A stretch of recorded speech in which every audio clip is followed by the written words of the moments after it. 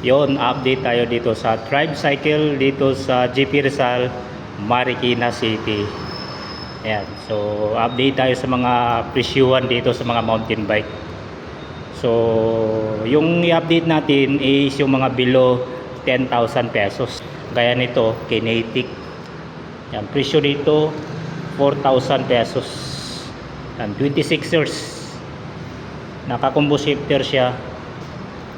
Ayan, 3x7. Baka lang batalya nito. Ito perfect na to pang service trabaho. Pang araw-araw na gamit. Ayan, 4,000 pesos dito sa Kinetic na 26ers o 26 ang sukat. Naka disc brake na to. 3x7. Itong kasunod 4,100 pesos, 26 din to. Yung sukat po Ayan, naka disc brake na rin po ito. Tapos combo shifter, bakal pa rin ang batalya nito. 3x7 din ang setup. Lucky 7 po ang brand. Yan, 26ers. 3x7 combo shifter. Itong next Pro Max. Yan, presyo dito 6,500 pesos. Yan ang kanyang combo shifter L2 3x8. Ano, so 26ers pa rin to. Yan, 26ers 3x8 na po ang setup nito. Alloy po ito 6.5. Yan, coil spring yung tinidor, naka disc brake, quick release na yung hubs nito. Ito kasi mga bolt pa o bolt type yung mga hubs. Itong Pro Max na PM15, ulitin ko lang, alloy na siya. 3x8. L2, A3 yung RD. Yung seat post, bakal. Yan. Handlebar bakal. Yung stem is alloy. Kasunod nito is yung Pro Max. Yan. 9,600 pesos. Pero 26 ang sukat nito. Nakalockout na yung tinidor.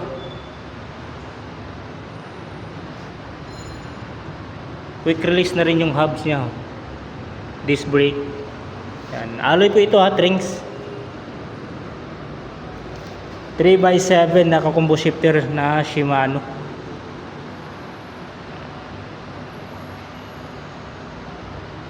Sunod itong Pro Max 27.5.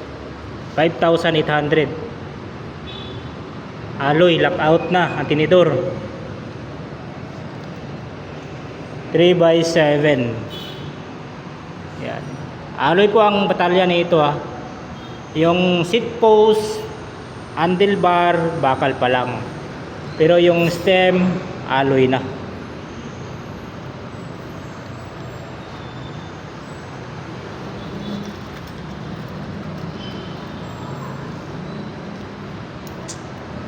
Yun. So next natin, Tosik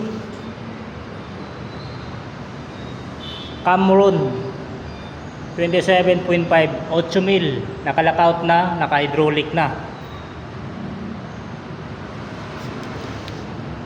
Quick release na rin yung hubs, reflectorize yung rims, cell bearing yung mga bibi nito.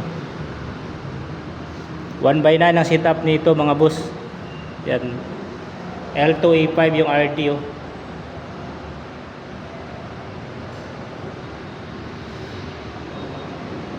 Siyempre alloy ito 8,000 pesos. Ayan. 27.5.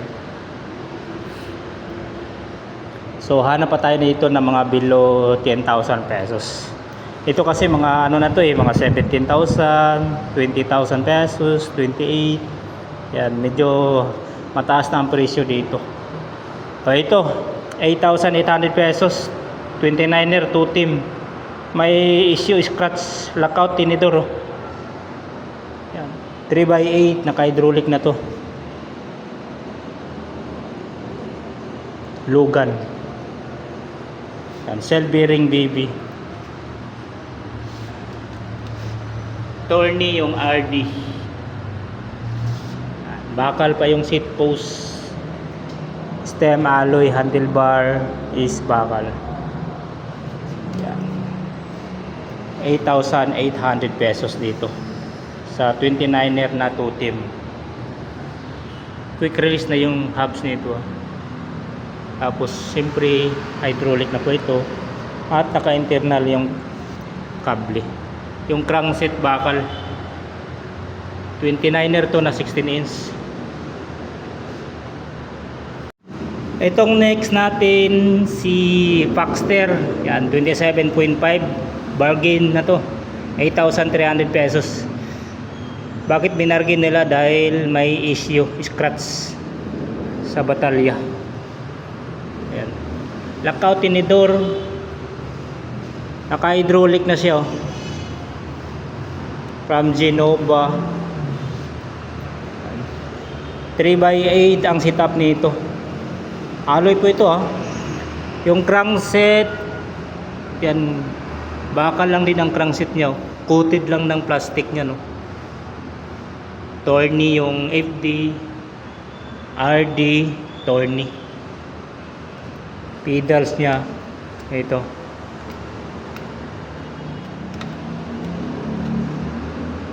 Paxter yung saddle, 8,300 pesos. 27.5. Kompas ang gulong, quick release yung hubs. Yan, Paxter. Itong isa Aerowick 27.5, 14,800 pesos. Naka-hydraulic siya, super link. Yan, 1x9. SRAM yung shifter. Yan, ang ganda ng handle grips nyo. Aerowick handlebar stem, alloy po yan. Lockout tinidor, quick release yung hubs. CST jack rabbit ang gulong, American type yung mga valve. Ito, alloy na talaga ang crankset nya. Tapos Halotech na yung baby. Yan, naka-push mount pa yung brake caliper sa likod. Seat post alloy na rin from Aerowick. Yan ang kanyang pedals.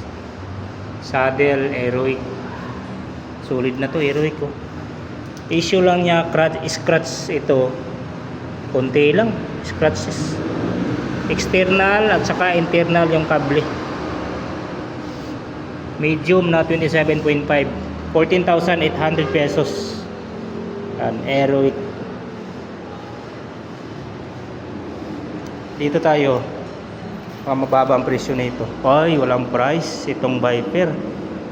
Ayan bagong bagong lapag to. Parang maganda ang batalya niya diba?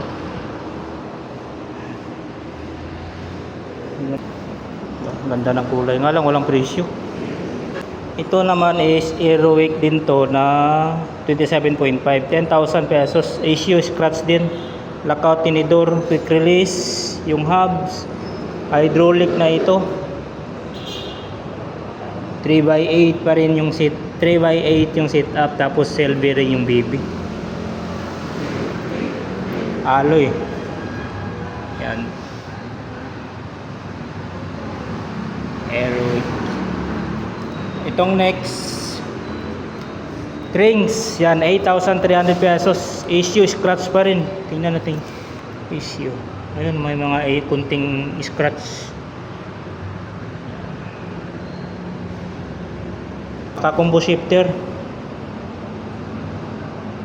3x7. Tika nga pala, pwede dito home credit ayan pwede kayo mag installment dito via home credit. Yan, crankset nya bakal, FD, RD torney,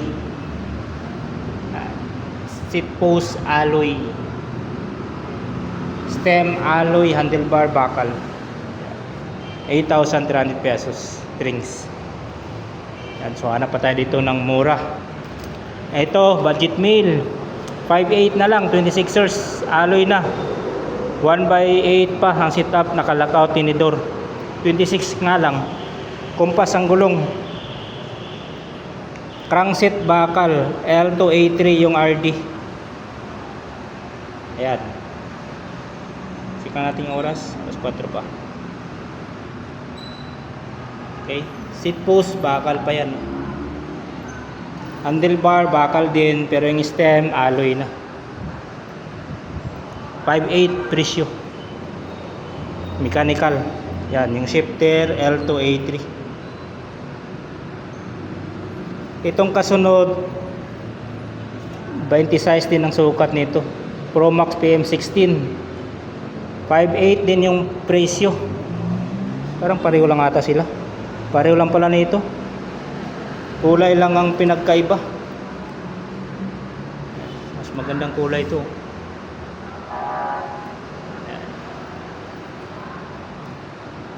Ito wari ko kulay lang din ang pagkakaiba nito.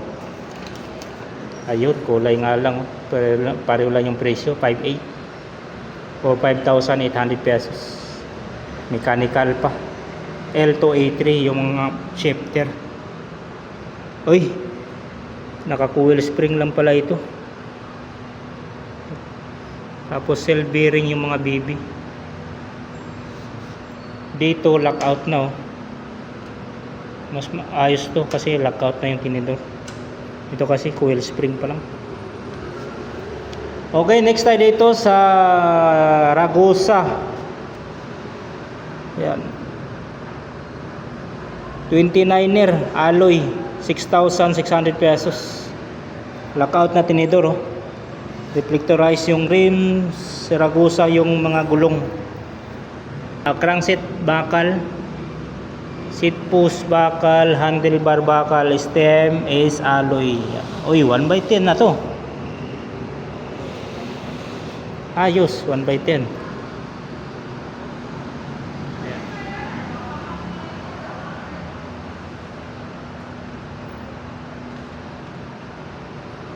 Itong next natin, tactical, 8mm, 29er.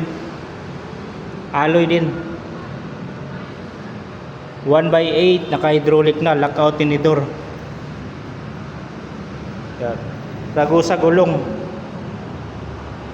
Quick release na yung hubs. Dito kasi mga ano pa to? Ay, quick release na rin pala yung hubs nito. Bakal nga lang yung crankset niya, no? Coated lang ng plastic. Pareho lang dito. Yan. Coated ng plastic yung crank arm. Bakal pa rin siya. Seat post bakal. Yan. Handlebar, stem alloy. 8,000 pesos dyan, tactical. 29er pa rin. Okay, move on tayo dito. Yan, hanap tayo ng mga below 10,000 pesos. Ito 8,000 pesos. 29er Skyline. Lockout tinidor, naka quick release na yung hubs. 1/8, tapos mechanical. Yan, cell bearing yung baby. Magandang kulay nyo, Skyline. 8mm, pamain ako nito, 8mm. Alloy na pala ang crankset nito mga idol ah. Yan, alloy na yan. Ito 8.5 Skyline Hover. Sa mga mahilig sa kulay ng ganito, blue at saka orange oh. Medium na 29er to. Internal, external yung kable. Naka-hydraulic na to ah. Yan oh, Shimano MT200. Oy, panalo na to oh. Dito kasi 8,000 pesos. Dito 8,500 pesos, naka-hydraulic na. Shimano pa, MT200. Dito na kayo. Solid na to. Smart yung shifter na 8 speed. Same lang sila ng specs, 1/8. Seat post alloy na. Ito A3 yung RD. Okay, 1/8. Panalo na. Upgrade nyo na lang yung ano nito, yung drivetrain. Solid, di ba? Naka-negative pa yung ano stem. Panalo na. 8.5 Shimano MT200. Okay, next tayo dito kay Promax na PM18, 6,900 pesos. Sukat 29. Internal cabling, tapos lockout tinidor, nakatanwal yung gulong, quick release yung hubs. 1x9, tapos mechanical ang preno. Coated ng plastic ang kanyang crank, yung crank arm niya. Nga pala, itong Skyline, alloy na ang kanyang crank arm. Ano, yung crankset niya alloy na. Yan, yung isa alloy na rin. Yan, okay, next tayo dito kay Promax PM14 29er alloy, 6,200 pesos, mas mababa to. Yan. Lockout yung tinidor, naka disc brake, naka combo shifter na 3x7. Yan, bakal yung crank arm. Pero maganda ang kulay, oh, glossy, oh. Yan, so ball bearing yung pedals.